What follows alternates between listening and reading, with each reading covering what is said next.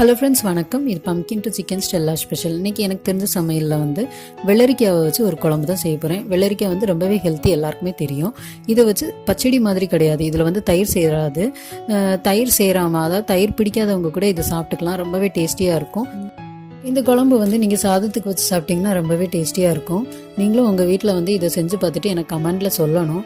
அதுக்கு முன்னாடி இந்த சேனலை நீங்கள் சப்ஸ்கிரைப் பண்ணாமல் இருந்தீங்கன்னா ப்ளீஸ் சப்ஸ்கிரைப் பண்ணுங்கள். இப்போ இந்த குழம்பு எப்படி செய்யலான்னு நம்ம பார்ப்போம். வாங்க வீடியோக்குள்ளே போகலாம். ஒரு குழம்பு செய்கிற பாத்திரத்தை எடுத்துக்கோங்க. அதில் ஒரு 2 டம்ளர் தண்ணி ஊற்றிக்கோங்க. ஸ்டவ் ஆன் பண்ணிக்கோங்க. இப்போ 1/2 டீஸ்பூன் மிளகாத்தூள் போட்டுக்கோங்க. இது நல்லா கொதிக்க விடுங்க. பச்சை ஸ்மெல் போற வரைக்கும் நல்லா கொதிக்க விடணும். நல்லா கொதி வர ஆரம்பிச்சிட்டு இனி குறைச்சி வச்சுட்டு நம்ம நறுக்கி வச்சிருந்த வெள்ளரிக்காவை இதுல போட்டுடலாம்.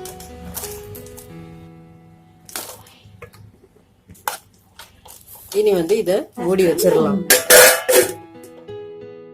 3 டீஸ்பூன் தேங்காய், 4 சின்ன வெங்காயம் நறுக்கி வச்சிருக்கு, அதையும் போட்டுடலாம். 1/2 டீஸ்பூன் சீரகம், இதையும் போட்டுருங்க.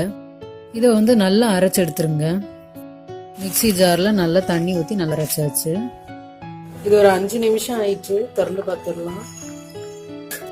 இந்த மசாலாவை இதில் போட்டுடலாம். இது 1/4 டம்ளர் தண்ணி ஊற்றி லைட்டாக அலசி தேவையான அளவு உப்பு சேர்த்துக்கோங்க. இது மூடி வச்சு வேக வச்சிருங்க. குழம்பு வெந்துட்டு இருக்கட்டும். இப்போ அது இதில் தாளிச்சு கொட்டதுக்கு நம்ம தாளிப்பை ரெடி பண்ணிடலாம். அதுக்கு ஒரு கடாய் எடுத்துக்கோங்க. அதில் ஒரு 2 டீஸ்பூன் எண்ணெய் ஊற்றிக்கோங்க. நான் தேங்காய் எண்ணெய் அப்புறம் நல்லெண்ணெய் ஊற்றிருக்கேன். இப்போ 1 டீஸ்பூன் கடுகு, அதையும் போட்டுருங்க. கடுகு பொரியட்டும். இது நல்லா வெடிக்க ஆரம்பிச்சிட்டு 2 சின்ன வெங்காயமும் 1 வத்தலும் நறுக்கி வச்சுருக்கேன், அதையும் போட்டுருவேன். வெங்காயம் நல்லா ப்ரௌன் கலர்ல ஆகணும். இப்போ கருவேப்பிலை போட்டுடலாம்.